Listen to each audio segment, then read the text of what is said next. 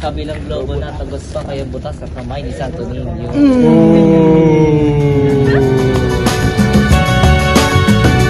In this night, a starry sky, my baby told me with a sigh, saying words that came across as a doubt. I reassured that every day my love is strong and just your heart is shown I can't live without. We are here at Florida Blanca. Promise of You never stray, you're burden me, no matter the state of space and time. Keep us close and keep us deep.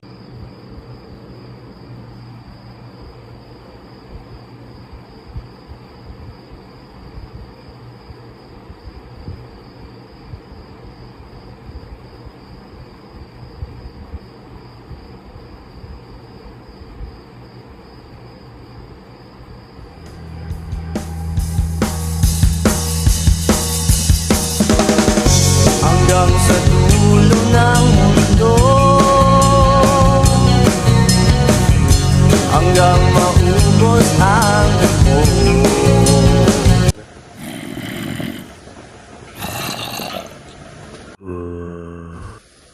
Good morning. Magsigising na nga kayo dahil sa video na to ay may challenge tayo. Hahatiin natin ang grupo sa tatlo para sa isang epic heritage hunt dito sa Florida Blanca. Narito na ang inyong mga team.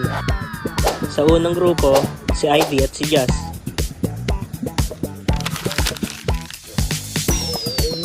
Sa pangalawa naman, si Angelo at si Kim. At ang panghuling grupo, Piol at Rams. Pero, hindi ito basta-bastang gala lang. Para magtagumpay sa challenge na ito, kailangan makuha nyo ang lahat ng mahalagang impormasyon tungkol sa lugar. At kailangan ma-interview nyo ang mga locals o ang mismong mga owners nito. Pero bago ang lahat, kumain muna tayo. Yawa! Si Catalina may pakana. Catalina? Oo, nung bata pa lang ako, marami na akong kwentong naririnig tungkol dyan kay Catalina. Mag-isang naninirahan si Catalina sa isang mansyon sa gitna ng gubat. Sa loob ng maraming taon, naging usap-usapan ang bahay na ito sa barangay Pagiroan. Sabi ng mga lokal, haunted daw ito. Pinagtitripan ng mga bata ang mga bintana nito at naging paboritong spot ng mga paranormal vloggers sa gabi. Dati itong inabandona, naging kuta ng mga anay at tinawag pa ngang haunted house ng Florida Blanca dahil sa nakakatakot nitong itsura noong ito'y isang guho na lamang. Halos mawala ng pag-asa ang marami na muli itong maibabalik sa dati. Pero alam nyo ba na sa likod ng mga kwentong katatakutan, may nakatago pala itong angking ganda? Ngayon, hindi na ito lugar ng takot, kundi lugar ng kasaysayan.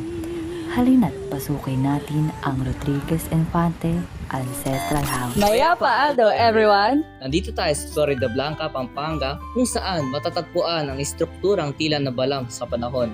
Ang tinaguriang Ballet de Castilla. o Rodriguez Infante Ancestral House. Ang bahay na ito sa Barangay Pagiroan ay itinayo pa noong panahon ng Espanyol. Alam niyo ba kung anong taon? Ito ay 1873. Pag-aari ito ng prominenteng pamilya, ang Rodriguez Infante. Sila ang mga saksi sa kasikatan ng Pampanga bilang sugar capital ng bansa dahil konektado sila sa malalaking asyenda noon tulad ng Hacienda del Carmen. Pero habang lumilipas ang panahon, ang dating maaliwalas na mansyon ay unti-unting napabayaan. Naging luma, madilim at nababalot ng misteryo. Naging laman ito ng mga kwentong ghost hunting dahil sa mga urban legend na may mga kaluluwang ligaw na naglalakad daw sa mga pasilyo nito. Sa loob ng mahabang panahon, isinailalim ito sa kompletong restorasyon. Tinignan at iningatan ang bawat detalye mula sa sahig hanggang sa kisame upang maibalik ang parangal nito. Ang Valle Castilla ay ni kailanman hindi naging pagmamay-ari ng gobyerno.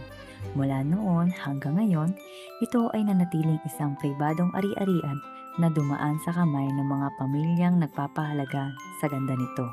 Ang bahay na ito ay may malalim na sentimental value para sa bagong may-ari. Ang bawat sulok at poste nito ay may dalang alaala at emosyong hindi matatawaran ng salapi. Ito ang naging pangunahing mitsa kaya isinailalim noong gusali sa isang kompletong restorasyon sa halip na gibain at palitan ng modernong istruktura. Kaya ngayon, tayo ay mag-i-interview ng housekeeper para sa karagdagang impormasyon tungkol sa bahay na ito. Magandang araw po. Kami po ay mga estudyante mula po sa PUP na gumagawa ng isang travel vlog para sa aming kurso at nais po namin sanang hingin ng inyong pahintulot na maipakita at pakapanayam kayo tungkol dito sa Valle Castilla. Pumapayag naman po ba kayo na malaman ang inyong mga personal na impormasyon gaya ng iyong pangalan at iyong katayuan at i-record ang panayam na ito dahil ilalathala po namin ito sa YouTube channel. Yun lamang po. Oo, pumapayag naman ako. Ayun. Thank you po, maraming salamat po. Ano po ang pangalan ninyo po? Kung comfortable po kayo sabihin sa video or kahit palayaw na lang po. Ako si Irish. Irish. Okay. Thank you po, Irish. Ate Irish, okay lang po ba sa inyo magkwento tungkol sa sarili niyo po? Yes, sige. Sige po. Ako si Irish. Nakatira kami dito sa Florida Blanca, Pampanga. Salamat po. Una sa lahat, ano po ang pinagmulan o kahalagahan sa kasaysayan ng lugar na po ito? Pagkakaalam ko, itong Balay Castilla, parang marker na siya dito sa Barangay Pagiruan. Pag sinabi mong Pagiruan, nandun yung Bahay Castilla or Balay Castilla. Ito rin kasi yung yung may-ari nito, this is a summer house. Summer house lang itong bahay na to. Yung may-ari nito, sila yung halos may-ari ng mga lupa dito sa Barangay Pagiruan. So, kung alam nyo na, lahat, yung sinasabi ng iba na kung saan yung abot ng mata mo, yung tanaw ng mata mo sa kanila, yun, sila yun. Sobrang yaman nila. Thank you po. So, sa susunod na question naman po, ano naman po ang original na layunin o gamit ang lugar po na ito? At paano ito nababago sa paglipas ng panahon? Itong bahay na to kasi, dati summer house siya ng mga Rodriguez Infante. Tapos, hindi na sila tumira dito, na-abandon na, tas hanggang sa naparestore ng may-ari. Tapos ngayon, gusto ng may-ari na maging events place ito. Kaya unti-unting inaayos yung paligid. Kung makikita nyo naman, nilalagyan ng ilaw.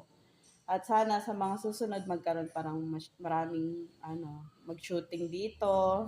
At saka yung mga namin, yung vision namin na magkaroon ng private dining dito sa bahay. Sa next question naman po, ano naman po yung mahalagang pangyayari o kasaysayan o mga tanyag na tao ang nag-uugnay po dito? Latest lang, no? Nung kami, gastrocultural tour, pumunta dito si Ryan Cayabyab. Kung makikita nyo din sa Facebook, naging naging guest namin sila, si Agot Isidro, sino pa yun? Sila pa lang naman yung yung mga pumunta dito. Sa tingin niyo po ba consider as sikat yung place po na ito? Like, sa inyong perspective lang po. Para sa akin, oo. Kasi siya pag binanggit mo nga yung barangay, alam na niya agad, di ba? Locally, po siya? Oo. Kilala siya. Kasi yung iba na matatanda na, alam na siya. Sasabihin nila, ay oo, dati nung summer, diyan kami nagtatambay, nagpipiknik kami diyan kami nagde-date, mga ganun yung mga memory nila. Open pa po siya? Oo, open pa. Pero ngayon kasi naghigpit na Saka yung simbahan na part, sa kanila yung dati. Dito sa bahay na to, wala siyang yung dasalan nila. Di ba may mga ganun? Pero dahil wala na sila, meron silang chapel. Tapos yung chapel na yan, ang ginawa nila, dinonate na lang nila sa Archdiocese na San Fernando. Kaya private na siya. Yun lang lamang po. Maraming salamat po sa inyong naipahayag na impormasyon ukol sa lugar na ito. Maraming salamat po ulit. Thank you po. Ngayon, ang Valle Castilla ay muling nabuhay bilang isang cultural at economic center para sa Florida Blanca. Ito ang nagsisilbing heritage jewel na nagpapaalala sa mayaman na kasaysayan ng Pampanga. Ating tanggalin sa isip ang mga katatakutang nabuo rito at mas tangkilikin ang ganda nito. Kaya kung mapapadpad kayo sa Pampanga, Huwag kalilimutang bisitahin ang mansyon na ito sa Barangay Pagiruan, Florida Blanca. Tiyak na mayroon kayong matututunan at pakikita sa mansyon na ito na muling binigyan ng pag-asa. Hindi rito nagtatapos ang ating paggagala. Wala dito sa Balea Castilla, sumama kayo sa St. Joseph the Worker Parish of Florida Blanca. Kaya naman, Kim at Angelo, pasok! Sa pagpasok sa loob ng St. Joseph the Worker Parish, agad mong mararamdaman ang katahimikan at lawak ng espasyo. Ang disenyong ito ay hindi lamang para sa sining, kundi upang bigyang daan ang bawat mananampalataya na makita ang sentro ng ating pananampalataya ng walang sagabal. Ang kisame na kulay asul na tila sumasalamin sa kalangitan ay nagbibigay ng pakiramdam ng kapayapaan at pag-asa. Ang mga simpleng ukit at modern lighting ay parang nagpapakita ng pag-aalaga ng komunidad sa pagpapanatili ng ganda ng tahanang ito. Ang sentro ng atensyon ay ang maringal na retablo. Dito, pinalilibutan ng mga gintong ukit ang ating patron, si San Jose Manggagawa. Ito ang puso ng parokya, ang lugar kung saan ang bawat panalangin at pasasalamat ay iniaalay. Sa bawat misa at bawat sandali ng katahimikan, ang arkitektura ng simbahang ito ay nagpapaalala sa atin na tayo ay nasa sagradong lugar na itinayo ng ating mga ninuno para sa mga susunod pang mga henerasyon.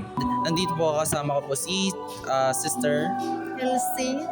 Sister Elsie. Ilang years na po kayo dito nagsiserve sa simbahan? Nag-umpisa po ako nung grade 3 po ako. Isa po akong choir. Nung grade 3 po ako. Pagkatapos, nung hanggang high school, nagro-rosary po kami dito. Pagkatapos nung hanggang mahaga ko nag-asawa Kahit nag-asawa naman ako, patuloy pa rin. Nag-serve ako sa mga bata. Yung bang sa, pag nakukumpil sila, katikista, tinuturuan ko sa pagdarasal yung mga bata. Yun, pagkatapos, nung ngayon na, andito na ako dito sa lector commentator, nagsiserve na ako sa simbahan. Di ako minto. Kahit anong pagsubok na pinagdahanan, yun pa rin. Kasi yung pagsubok na yan, madadapa tayo, pwede tayong tumayo. Yun ang pinagpapalakas ng loob sa atin. Yung pagsubok na yan, di ba? Kaya kahit anong mangyari, huwag kang bibitaw sa Panginoon. Siya lang ang lagi nating masasandalan sa lahat ng oras, sa lahat ng bagay. Di ba?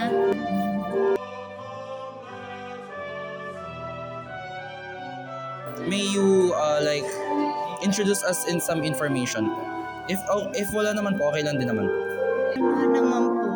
Halos maganda yung pamamalakad ng namin dito.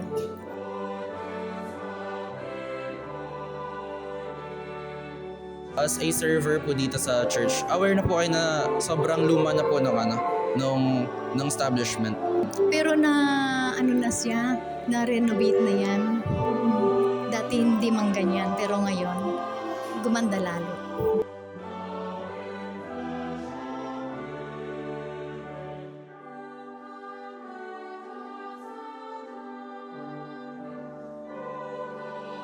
Sa inyong palagay, masasabi mo bang sikat itong lugar na ito? Bakit? Opo, masasabi ko po. Dahil ang lugar na ito, ako yun lang kasi magmula bata kami, dito kami nag-umpisa talaga. Yung bang pagmamahal, andito. Kaya yun ang masasabi kong maganda. Kasi pag andito lagi, ang pagmamahal, kapag kumbaba, sa mga maliliit, kahit ano pa yan, basta't huwag kang titingin. Kahit mayaman, maliit, walang pera, may pera, kailangan pantay lang tayo. Yun ang nakikita ko, nararamdaman ko. Thank you po, Sister Elsie. Maraming salamat po sa pagsagot ng mga katanungan. Dito ulit tayo sa ating church, and I'm here with another interviewee. We are here with Sir. I'm Rosalio Moises Ponyo. Servant po ba kayo sa simbahan na ito? And ilang years na po kayong nagsiserve? Oo, servant ako. Actually, ako yung PPC coordinator. So, ang tawag dito, lahat-lahat siguro, nang mag-umpisa ako, may mga 25 years na yun, going to 30 years na rin. Okay. So, nagkaroon na po kayo ng matagal na time dito sa simbahan na to. So, meron na po ba kayo narinig or like nalaman about po sa history ng lugar na ito? Oo, actually, itong lugar na to, founded by Augustinians. It started small sa aming barangay dito sa may barangay San Jose. Then, eventually, being poblasyon, dito na talaga tinayo yung sentro. Ito na siya. Ano po yung kanyang history po? Maaari niyo po ba sa amin sabihin? Ang Florida Blanca is basically sa agricultural municipality. So maraming nagtatanim dito, maraming farmers, sugar cane field karamihan dahil malapit kami sa Pampanga Sugar Mill. Merong sugar mill dito dati. So lahat yan, maraming tubo dito. Thousands of hectares. Ngayon, eventually, time goes, nag-dwindle na. Sa tingin niyo po, ano po yung nagbibigay ng parang simbolo po na nagpapakita ng history or malaking history po ng lugar na ito? Alam mo, meron kaming imahen dito ni St. Joseph.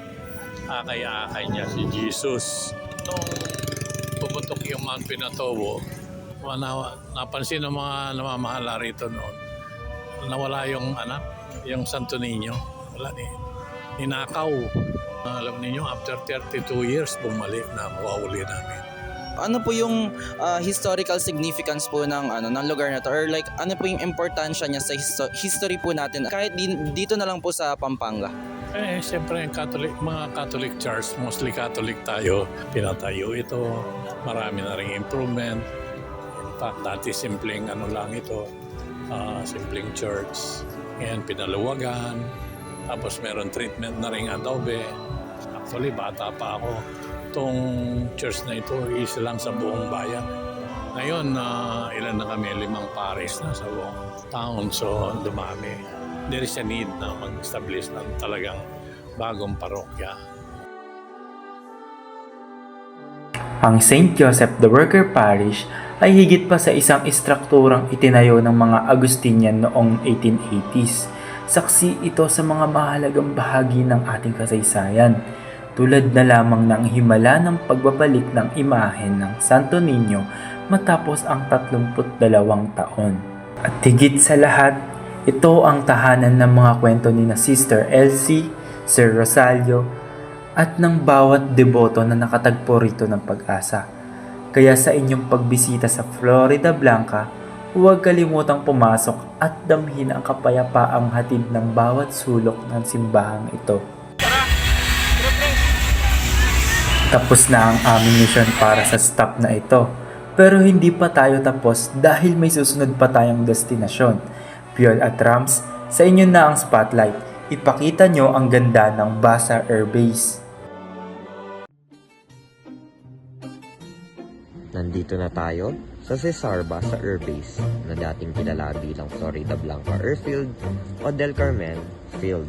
Sobrang importante nito lalo na noong World War II noong ika-1 ng Setyembre taong 1941. Napakahalaga ng papel nito sa digmaan sapagkat isa sa layunin ng base na ito ay ang protektahan ang Clark Air Base. Oo, ang pinakamalaking air base sa Pilipinas. American Military Airfield dati, pero ngayon isa ng matibay na pugad ng ating Philippine Air Force. Ipinangalan ang Basa Air Base mula kay Cesar Basa, isa sa mga pinakaunang Filipino fighter pilot. Noong 1941, lumaban siya sa mga Hapon kahit kapos ang kanyang mga gasolina. Nakauwi naman siya, ngunit nasawi matapos atake ng mga kalabang eroplano. Magandang hapon po sa inyo. Kami po ay estudyante na nagmula pa sa PUP Santa Mesa, Manila at narito po kami para interviewin Sa 14 years po ng servisyo niya, parang may nalaman po ba kayo or alam na historical facts about sa Basa Air Base po? Bali, based on my idea, ang Basa Air Base ay dating plantation ng mga American. Then, nung panahon ng Hapon, in-upgrade, tapos ginawang landingan ng mga bombers. So, maganda nga po, or parang masasabi natin na malawak ang history ng Basa Air Base, though hindi siya ganoon katanda, mas may epekto siya hindi lang sa Pilipinas, kundi sa buong mundo na po. Kami po ay nagpapasalamat at advance Merry Christmas na rin po. Salamat po. Ngunit alam nyo ba na may masalimuot ding nakaraan ng Basa Air Base? Halika kayo rito. Isa ang Basa Air Base sa mga auxiliary bases na ginamit ng mga Hapon noong panahon ng World War II. Kaya dito, na-develop ang konsepto ng kamikaze. Ang kamikaze ay isang paraan ng pagkikidigma ng Japan noong ikalawang digmaang pandaigdig, kung saan sinasadyang ibangga ng piloto ang eroplano sa kalaban, kaya tiyak ang kanyang kamatayan. Ito ay napakalupit dahil madalas mga batang piloto ang ginagamit at isinasakripisyo ang kanilang buhay. Isang lokal din ang nakilala namin dito sa Basa Air Base. Though hindi siya nagpakita sa camera, alam niya ang history behind Basa Air Base. Alam niya na ito ay pinangalan kay Cesar Basa, ang unang pilotong Pilipino na namatay sa giyera. Kaya masasabi natin na kahit papaano ay may kaalaman ang mga lokal sa history ng kanilang nakikita araw-araw o ang Basa Air Base. Dito na nagtatapos ang aming pagbisita sa Cesar Basa Air Base. Mula sa makasaysayang Del Carmen Field hanggang sa pagiging tahanan ng 5th Fighter Wing. Malinaw na ang base na ito ay hindi lamang bahagi ng ating kasaysayan, kundi patuloy na buhay na depensa ng ating bayan. Kaya magbigay pugay sa lahat ng bayani ng ating himpapawid. Mabuhay ang Philippine Air Force at mabuhay ang Pilipinas.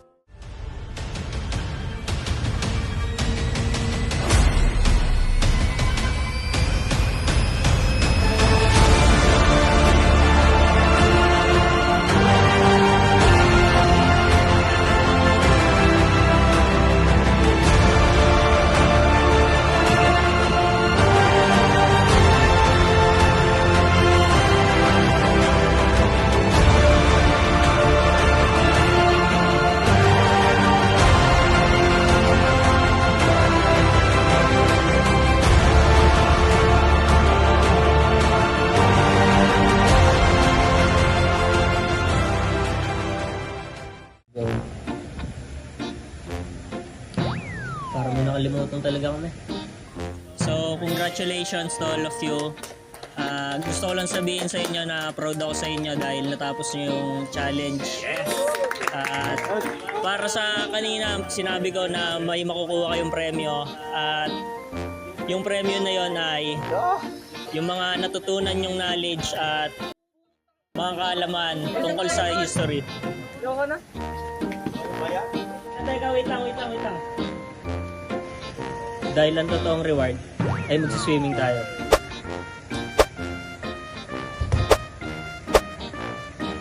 Nasaan na yung mga yun? Oh no, saan? Sino mga yawa? Sa paanong paraan? Minsan, ang swerte mo nasa paligid lang. Ang buhay ay ganyan.